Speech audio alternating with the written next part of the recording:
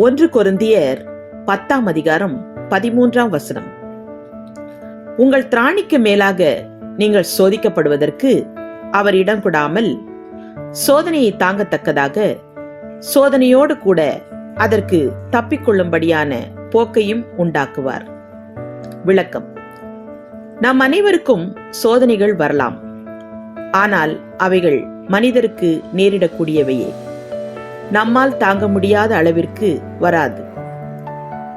தேவன் அறியாமல் நம்மை சோதிக்கவும் நமக்கு தொல்லை தரவும் யாராலும் முடியாது.